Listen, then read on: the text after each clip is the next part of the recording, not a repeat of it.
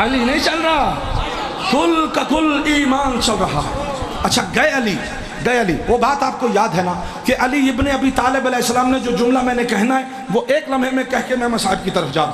عزیزان محترم، علی ابن ابی طالب آئے اور اسی طرح سے اس سے پہلے آ کے کہا عمر ابن عبد الود، دشمن خدا بن کے آئے ہو، کلمہ پڑھ لو۔ وہ مسکرا کے کہتا ہے تم اتنے چھوٹے سے ہو، مجھے کلمہ پڑھنے کے لیے کہہ رہے ہو۔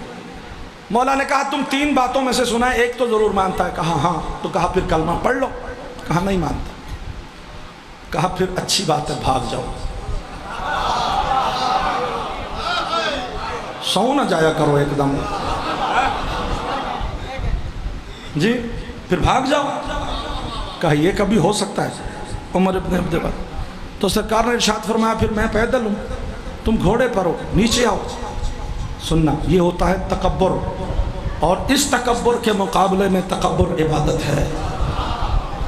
یہ گھوڑے سے اترا نہیں، یہ اترا گھوڑے کو اس کی ٹانگوں پہ تلوار مار کے ایک ہی وار میں اس کی چاروں ٹانگیں کاٹ دی، چاروں ٹانگیں کاٹ دی، اور گھوڑا تڑپنے لگا۔ علی کو جلال آیا، لیکن پھر بھی علی نے اس پہ حملہ نہیں کیا، اس نے حملہ کیا اور بہت شدید حملے کیے علی علیہ السلام پر۔ علی علیہ السلام نے گرایا، بات تو آپ کو معلوم ہے، علی اس کے سینے پر سوار ہو گئے۔ اس نے گستاخی کی، گستاخی اس لیے کی کہ چونکہ وہ گر گیا تھا، ہزاروں کا لشکر دیکھ رہا تھا، اب وہ چاہتا تھا کہ میں زندہ واپس نہ جاؤں، جلدی جلدی یہ نوجوان مجھے مار دے۔ اب اس سے بات جینے کا اسے کوئی فائدہ نہیں، لہذا وہ مر جانا چاہتا تھا کہ یہ مجھے چھوڑے نہیں، یہ مجھے چھوڑے نہیں، مجھے جلدی مار دے تاکہ میں شرمندگی کی زندگی بہت کم جیوں۔ علی نے چھوڑ کے اسے سزا دے دی۔ اور چکوال والوں کہاں ہو؟ علی نے اس کی شرمندگی کے وقت میں اضافہ کر دیا۔ شرمندگی سے بچنا چاہتے ہو؟ لو ہم تمہیں چھوڑ رہے ہیں۔ اچھا جب چھوڑ دیا تو اب شرمندگی میں تو اور غصہ آیا، پھر علی علیہ السلام پہ حملہ کیا، علی نے پھر پکڑ کے نیچے گرایا اور پھر اس کا سر کاٹا، سر کے بالوں سے پکڑ کے یوں اٹھا کے لا کے نبی کے قدموں میں پھینک کے کہا مولا یہ ہے کتا، یہی بنتا ہے نا، یہ ہے وہ کہ جو آپ کو بھونک رہا تھا، لا کے کاٹ دیا۔ توجہ فرمانا، جو جملہ میں کہنے جا رہا ہوں، علی علیہ السلام نے اس جنگ میں کوئی لمبا چوڑا کام نہیں کیا، بس ایک وار کیا ہے، کوئی زیادہ وار نہیں کیے علی نے، کوئی زیادہ وار نہیں کیے علی نے۔ علی علیہ السلام نے گرایا ہے اور ایک تلوار مار کے اس کا سر کاٹا ہے، تو ایک وار کیا، لفظ ایک، تو ایک وار کرنے کو عربی زبان میں کہتے ہیں ضربت۔ ضرب الگ ہے، ضرب لفظ نہیں بولا، نبی نے کہا ضربت، یعنی ایک وار، ایک وار۔ ضربت کا مطلب کیا ہے؟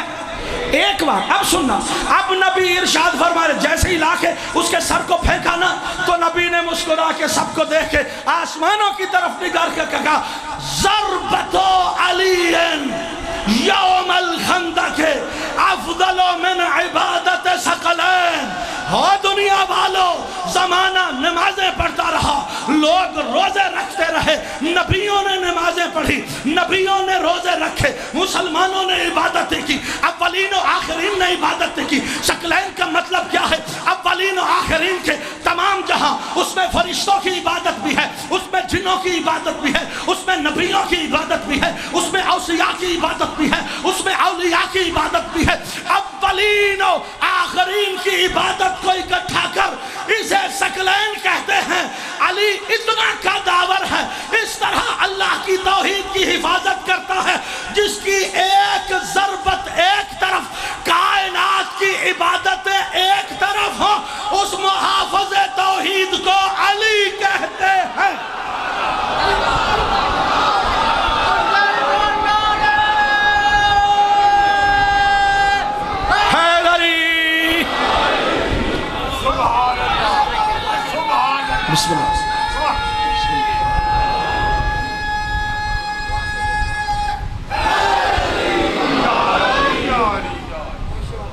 اس محافظ توحید کو علی کہتے ہیں۔ اسی توحید کے تحفظ کے لیے ہی تو علی کی بیٹیاں بے ردا ہوں۔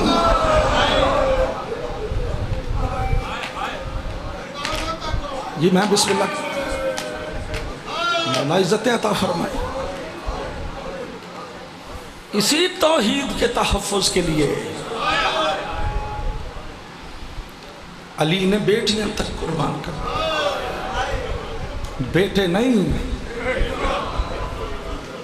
بہت بڑی بات ہو کسی پہ کوئی اپنا بیٹا قربان کر دیتا، بہت بڑی بات ہو کوئی اپنا بیٹا قربان کرتا ہے، کبھی دیکھا ہے کوئی کسی پہ بیٹیاں قربان کر دیتا، اور بیٹیاں بھی علی کی،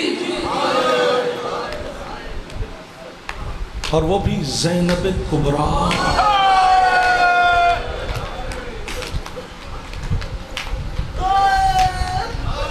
بیابانوں کے سفروں میں ہیں بطول کی بیٹیاں، چھوڑ دیا نانا کا شہر علی کی بیٹیاں،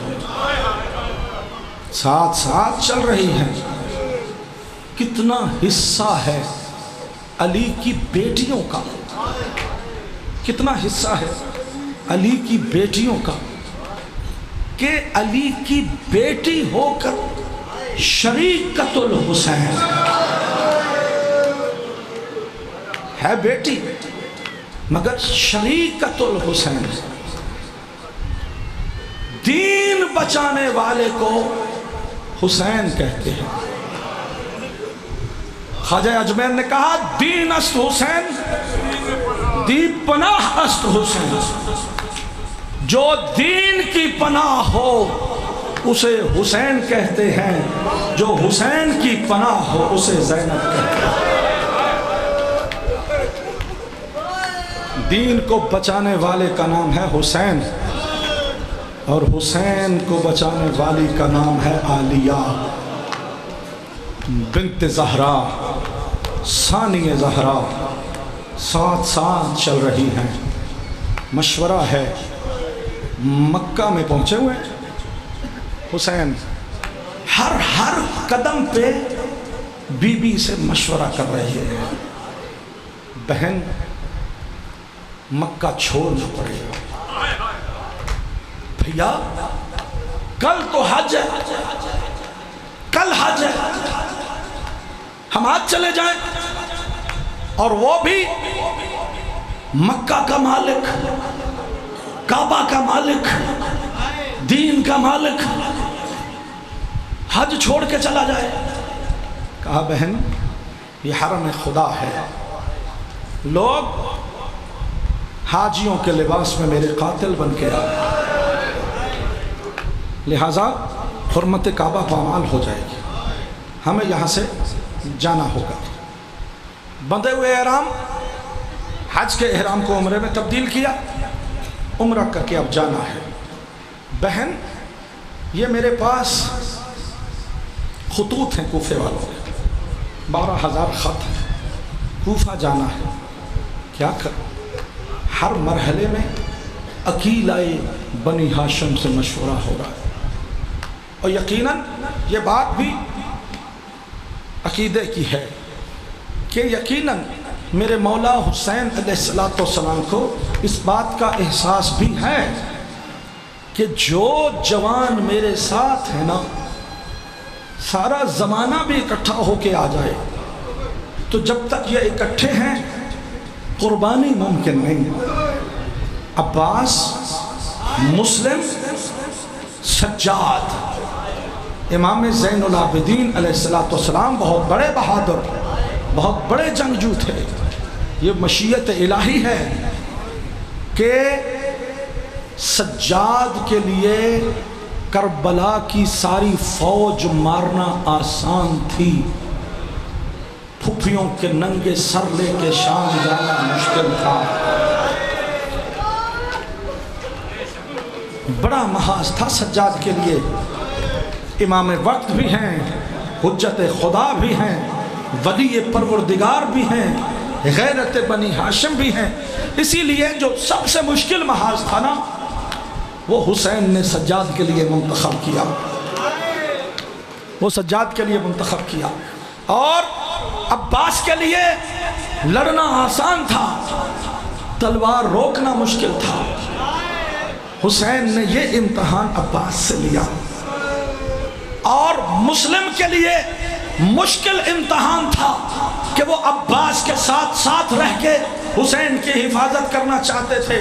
اسلام کی اس طاقت کو 2 حصوں میں تقسیم کر دیا، شبیر تمہیں حسین بن کے کوفہ جانا ہے۔ میں نے سفیر حسین کا ترجمہ کیا ہے آپ کے ساتھ کہ جو نائب ہوتا ہے نا اس کا مقام وہی ہوتا ہے جو منوب کا ہے۔ اب جب مسلم کوفہ جائیں گے تو اب جو مسلم کے ہاتھ پہ بیعت ہوگی وہ مسلم کے ہاتھ پہ نہیں، وہ حسین کے ہاتھ پہ۔ اب مسلم کی ذمہ داری زیادہ ہے چونکہ مسلم سمجھتے ہیں کہ مجھے حسین بنا کے بھیجا جا رہا ہے، اور ساتھ میں خط لکھا کوفے والوں کو، انی باعث الیکم اخی وثقتی، میں تمہاری طرف اپنا معتمد سفیر بھیج رہا ہوں، لہذا میرا مسلم تم تک پہنچ رہا ہے۔ بسم اللہ بسم اللہ، آ جائیے تشریف لے آئیں، بسم اللہ۔ بس میں ختم کروں جی، بھائی جان تشریف لے آئے، غور فرما رہے عزیزان محترم، بس میں چند لمحے آپ کی سماعتوں کی نظر۔ مسلم جی آقا جانا ہوگا، چھوڑ دیا سارا مضمون، پہنچ گئے۔ 18,000 جوان مسلم کے ہاتھ پہ بیعت۔ خدا کی قسم اچانک موسم بدلا، دشمن خدا ابن زیاد بھیس بدل کے آیا، رات کی تاریکی میں آیا، لباس وہ پہن کے آیا جو مولا حسین پہنتے تھے۔ لوگوں نے سمجھا حسین آ گئے، استقبال کر کے قاتل حسین کو کوفہ میں لے آئے، دارالامارہ میں آیا، حکم دے دیا جس نے بھی مسلم کے ساتھ کوئی راہ و رسم رکھا اس کا گھر اجاڑ دیا جائے گا، اس کے بچے مار دیے جائیں گے۔ غریب ہو گیا مسلم۔ جب یہ اعلان ہو گیا سپاہیوں نے چاروں طرف سے گھیر لیا، تو اب جو حالت ہے علماء ذاکرین سب پڑھتے ہیں، کتابوں میں موجود ہے کہ اتنا جلدی غریب ہوا مسلم کہ نماز مغرب کے لیے کھڑے ہوئے تو پیچھے 18,000 کا لشکر، نماز عشاء کا سلام پھیر کے دیکھا تو کوئی بھی نہیں۔ اب تنہا ہو گئے مسلم، پتہ چل گیا کہ کوفے والوں نے بے وفائی کی ہے۔ اب مسلم کا ایک ہی غم ہے کہ کسی طرح سے کوفہ سے نکل جاؤں۔ کیوں؟ کیونکہ یاد ہے کہ میں حسین کو خط لکھ چکا ہوں کہ بہنوں کو لے کر کوفے آ جاؤں، کسی طرح حسین تک ملحق ہو جاؤں اور جا کے مولا حسین کو روک دوں کہ بہنوں کو لے کے کوفے نہ آنا، کوفہ زینب کے قابل نہیں رہ گیا۔ لیکن خدا کی قسم یہ قسمت ہے، یہ امتحان ہے حضرت مسلم ابن عقیل کا۔ چھپے ہیں ایک صحابی رسول کے گھر میں جن کا نام ہے ہانی ابن عروہ۔ کسی مخبر نے خبر دی، جو شیعہ سنی بیٹھے ہو میں آپ کے حوالے کروں، ہانی ابن عروہ صحابی رسول ہے، بوڑھا بزرگ صحابی رسول، حسین کے سفیر کو پناہ دینے کے جرم میں مسلمانوں نے مار مار کے صحابی رسول کو مار دیا۔ اب مسلم کا کوئی ٹھکانہ نہیں۔ تاریخ نے کہا کہ مسلم بیابانوں میں چھپ رہے کہ کسی طرح میں نکلوں، شبیر، جان کی فکر نہیں ہے، نکل کے شبیر تک پہنچنا چاہتے ہیں تاکہ زینب کوفے نہ آ جائے، تاکہ علی کی بیٹیاں کوفہ نہ آ جائیں۔ لیکن پورا دن بیابان میں چھپنے کی وجہ سے پورا دن گرمی ہے، پیاس کا عالم ہے، پیاس سے نڈھال ہو گئے۔ رات کی تاریکی میں ایک دروازے کے سامنے نڈھال ہو کے بیٹھ گئے۔ دروازہ کھلا، ایک مومنہ باہر نکلی، دیکھا تو کوئی جوان ہے رات کی تاریکی میں، کہتی ہے اے جوان، کوفہ کا ماحول بہت برا شوق ہے، جاؤ اپنے گھر کو لوٹ جاؤ۔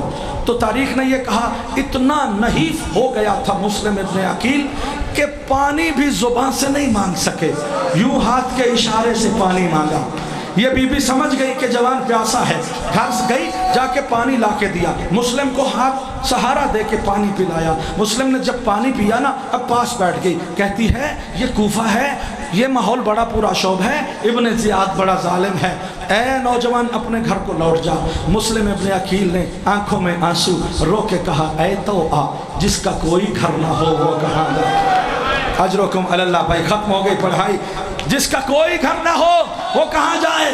تڑپ گئی، آپ کون؟ کہا میں مسلم ہوں، مومنہ تھی، ہاتھ باندھ دیے، مولا مجھے معاف کر دینا، مولا مجھے پتہ نہیں تھا کہ آپ مسلم۔ مولا کنیز کا گھر حاضر ہے، تشریف لائے، حجرہ عبادت، مصلی عبادت، پوری رات مسلم نے مصلی عبادت پہ گزاری۔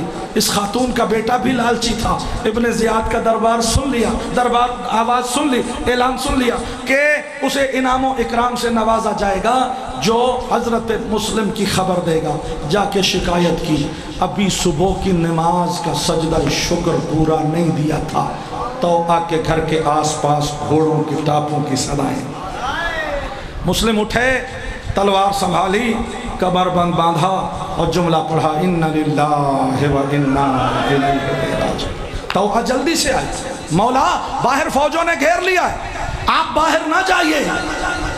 توحہ سے کہتے ہیں توحہ ہٹ جا، میں غیرت بنی ہاشم، میری غیرت گوارا نہیں کرتی، یہ بے حیا مسلمان ہے، میں باہر نہ گیا، یہ تیرے گھر میں داخل ہو جائیں گے، تیرے گھر میں داخل ہو جائیں گے۔ میں غیرت بنی ہاشم ہوں، میری غیرت گوارا نہیں کرتی، میرے جیتے جی کوئی نامحرم تیرے گھر میں آئے۔ او چکوال کے پرانے عزادارو، آؤ نہ ذرا کوفہ میں، چشم تصور سے جاتے ہیں۔ اے مولا مسلم ابن عقیل، اچھا ہو گیا کوفہ میں شہید ہو گئے، ورنہ شام غریبہ تیرا کلیجہ بھی پھٹ جاتا جس طرح سجاد کا کلیجہ۔ اجرکم اللہ، باہر نکلے مسلم، فوجیں اس طرح دوڑی جس طرح بکریاں شیر کو دیکھ کے بھاگتی ہیں، ایک ایک کے پیچھے لگ کے مسلم نے قتل کرنا شروع کیا۔ ختم ہو گئی پڑھائی، زیادہ لمبا نہ کر دوں، قبلہ دھوکے کے ساتھ حضرت مسلم ابن عقیل کو گرفتار کیا۔ منظر وہی ہو گیا جو کربلا میں گھوڑے سے اترنے کے بعد شبیر کا تھا۔ میں تاریخ پڑھ رہا ہوں جہاں جہاں مومن عزادار ہو، بالکل وہی شباہت ہے مسلم ابن عقیل کی شبیر کے ساتھ، کہ جب آخری وقت میں گھوڑے کی زین سے شبیر اترے ہیں نا، بھاگی ہوئی فوجوں نے سمٹنا شروع کر دیا۔ آپ سنتے ہیں بزرگان سے، جس کے ہاتھ میں نیزہ تھا اب وہ نیزہ مار رہا ہے، جس کے ہاتھ میں تلوار تھی وہ تلوار مار رہا ہے، جس کے ہاتھ میں پتھر تھا وہ پتھر مار رہا ہے۔ یہاں گڑھے میں گرے ہوئے ہیں مسلم، فوجوں نے گھیرا ڈالا ہوا ہے، کوئی نیزہ مارتا ہے، کوئی تلوار مارتا ہے، کوئی پتھر مارتا ہے۔ مسلم کا پورا بدن زخموں سے تار تار، پورے بدن سے لہو جاری ہے۔ اب مسلم کو گرفتار کیا، ہاتھوں میں ہتھکڑیاں، پاؤں میں بیڑیاں، لہو لہو بدن، جکڑ کے مسلم کو لائے ابن زیاد کے سامنے، ہاتھوں میں ہتھکڑیاں، لیکن علی کے شیر کا سینہ تنا ہوا۔ میں پوری شہادت پڑھنے والا نہیں ہوں، اسی جملے پر میں مصائب تمام کرنے والا ہوں۔ ابن زیاد کے دربار میں اگرچہ پورا بدن زخموں سے تار تار ہے، لیکن ہاتھوں میں ہتھکڑیاں ہیں، پاؤں میں بیڑیاں ہیں، سینہ تانا ہوا ہے۔ ایک بے حیا نے زبردستی سے جھٹکا دیا، کہا مسلم امیر کو سلام کر، دیکھ کے کہا بکواس مت کر، میرے امیر کا نام حسین ابن علی، میرے امیر کا نام حسین ابن علی ہے۔ میں یہ جملہ نہ پڑھوں تو مسلم کا حق ادا نہ ہوگا، یہ بات عقیدے کی ہے۔ شاید محمد کی بیٹی کو مسلم کی یہ ادا پسند آ گئی، کہا مسلم تو نے دشمن کے دربار میں میرے حسین کو امیر کہا، نبی کی بیٹی ہی نہیں، جب تک قیامت نہیں آتی مومن روتے بھی رہیں گے، رو رو کے کہیں گے مسلم امیر ہے، حسین غریب ہے۔ اجرکم علی اللہ، اجرکم علی اللہ۔ جہاں جہاں تشریف فرما ہو، ابن زیاد کے دربار میں گئے، ہاتھوں میں ہتھکڑیاں، پاؤں میں بیڑیاں، سینہ تانا ہوا ہے۔ ختم ہو گئی کربلا، جنگ کربلا ختم ہو گئی۔ علی و بطول کی بیٹیاں بے ردا ہو کے اسی کوفہ میں آ گئیں، سجاد کے ہاتھ میں ہتھکڑیاں، کمر میں لنگر، پاؤں میں بیڑیاں، گلے میں توق، اور سجاد کا سر جھکا ہوا، سجاد کا سر ہے جھکا ہوا. روایت کے جملے ہیں, کتاب کے جملے پڑھ رہا ہوں. ایک بے حیا نے سجاد کے کلیجے کو تکلیف دینے کے لیے قریب آ کے کہا, سجاد تمہارا چچا مسلم زیادہ بہادر تھا. کہا کیا ہوا؟ کہا اگرچہ اس کا زخم بدن زخموں سے تار تار تھا, لیکن ابن زیاد کے دربار میں ہاتھوں میں ہتھکڑیاں تھی, لیکن سینہ تنا ہوا تھا. اے سجاد تمہارا سر جھکا ہوا ہے. رو کے سجاد نے کہا, تم نے انصاف نہیں کیا. مسلم کے ساتھ بے ردا بہنیں نہیں تھی, میرے ساتھ